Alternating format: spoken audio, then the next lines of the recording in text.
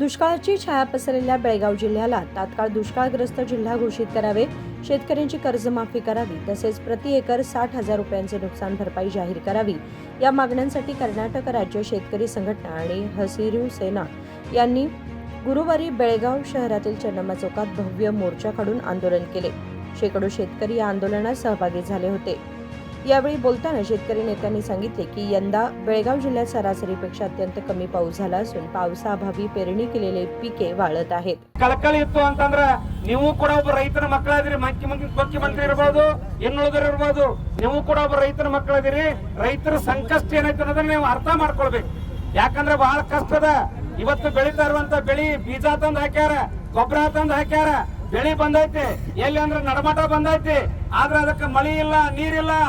ಆದ್ರೆ ಇವತ್ತ ಕಡದ ದನಗಳಿಗೆ ಹಾಕೋ ಪರಿಸ್ಥಿತಿ ಬಂದದ. ಅದಕ್ಕೆ ಏನಾದ್ರೂ ನೀವು ಬರ ಪರಿಹಾರ ಕೊಡ್ಲಿಲ್ಲ ಅಂತಂದ್ರೆ 1 ಎಕರೆಗೆ 50,000 ರೂಪಾಯಿ ಕೊಡ್ಬೇಕು.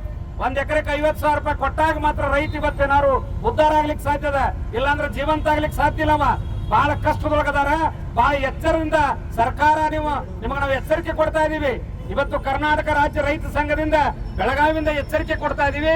ಅದು ಯಾಕಂತಂದ್ರೆ ಇಡೀ ರಾಜ್ಯದ ತುಂಬೆಲ್ಲ ಇರುವಂತ ಎಲ್ಲಾ ರೈತರಿಗೆ ಇದ್ರ ಸದುಪಯೋಗ ಆಗಬೇಕು. ಬರ ಪರಿಹಾರವನ್ನ ಘೋಷಣೆ ಮಾಡಬೇಕು. ಎಕರೆಗೆ 50,000 ರೂಪಾಯಿಯನ್ನ ನೀವು घोषणा ಮಾಡಬೇಕು ಅಂತ ಹೇಳಿ ತಮ್ಮಲ್ಲಿ. यावेळी कर्नाटक राज्य शेतकरी संघटनेचे नेते वासुदेव मेत्री यांनी म्हटले की राज्यात भीषण दुष्काळ परिस्थिती निर्माण झाली असतानाही सरकारने अद्याप कृषी मंत्री नियुक्त केलेला नाही. ಇವತ್ತ ಆಗಸ್ಟ್ ಬರುವಂತ ಸಮಯದಲ್ಲಿ ಇದುವರೆಗೂ ಕೂಡ ರೈತ ಶೇಕಡ 29.5% ಅಂತೇಳಿ ಬೆಳೆ ಕೊರತೆ ಆದಂತೇಳಿ ಆಗಿದೆ ಅಂತೇಳಿ ಸರ್ಕಾರನೇ ಒಪ್ಪಿಕೊಂಡಿದೆ. ಅದಕ್ಕಾಗಿ ನಾವು ಕೂಡ ಈ ಜಿಲ್ಲೆಯಲ್ಲಿ 15% ಗಿಂತ ಕಡಿಮೆ ಮಳೆಯಾಗಿದೆ ಬೆಳಗಾವಿ ಜಿಲ್ಲೆಯಲ್ಲಿ.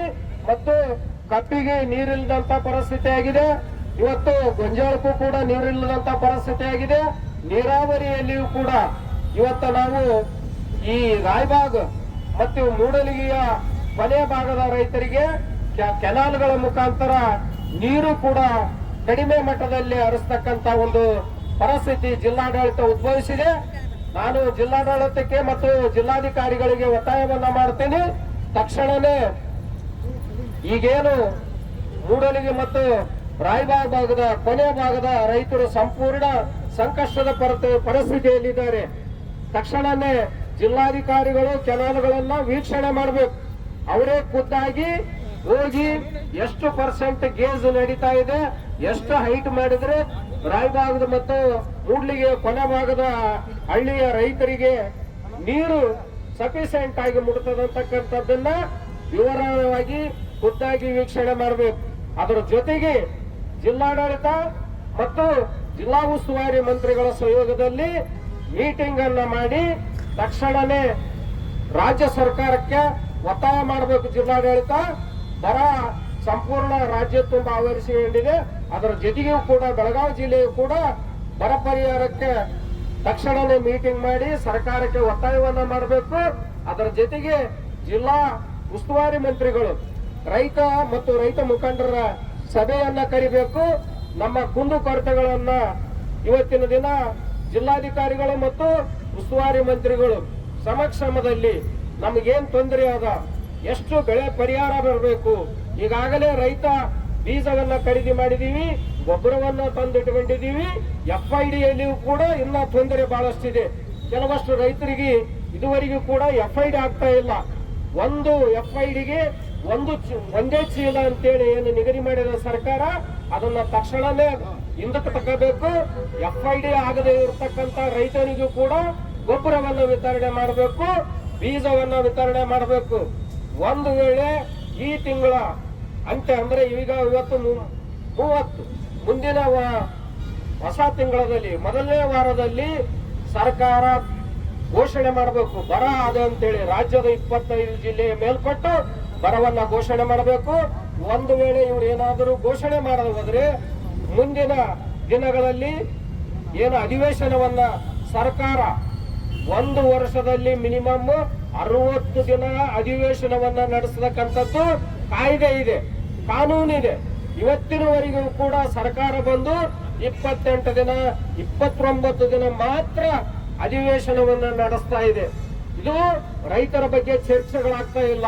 ಅದಕ್ಕೆ ನಾನು ಜಿಲ್ಲೆಯ ಎಲ್ಲಾ ಪತ್ರಕರ್ತ ಪ್ರತಿನಿಧಿಗಳ ಮುಖಾಂತರ ರಾಜ್ಯ ಸರ್ಕಾರಕ್ಕೆ ಒತ್ತಾಯ ಮಾಡ್ತೀನಿ, ತಕ್ಷಣನೇ ಅಧಿವೇಶನವನ್ನ ಕರಿಬೇಕು, ಬರ ಅಂತೇಳಿ ಘೋಷಣೆ ಮಾಡಬೇಕು. ಅದರ ಜೊತೆಗೆ 1 ಎಕರೆಗೆ 50,000 ರೂಪಾಯಿಯನ್ನ ಬರ ಪರಿಹಾರದ ಅನುದಾನವನ್ನ ಹಣವನ್ನ ತಕ್ಷಣನೇ ರೈತರ ಖಾತೆಗಳಿಗೆ ಹಾಕಬೇಕು.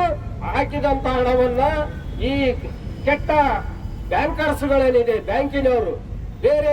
या आंदोलनात कर्नाटक राज्य शेतकरी संघटना आणि हसिरू सेनेचे जिल्हा व तालुका स्तरावरील पदाधिकारी, विविध शेतकरी संघटनांचे नेते, शेकडो शेतकरी तसेच नागरिक सहभागी झाले होते.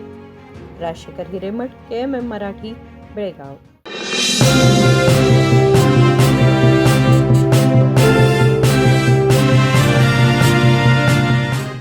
अरे बीएससी में इतनी भीड़ क्यों है?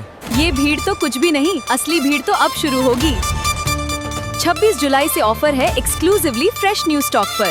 Saris, ladies wear, men's wear, kids where, इतना सारा फ्रेश न्यू स्टॉक। हर कलेक्शन एक से बढ़कर एक। तो आप भी आइए और शॉपिंग का मजा लीजिए।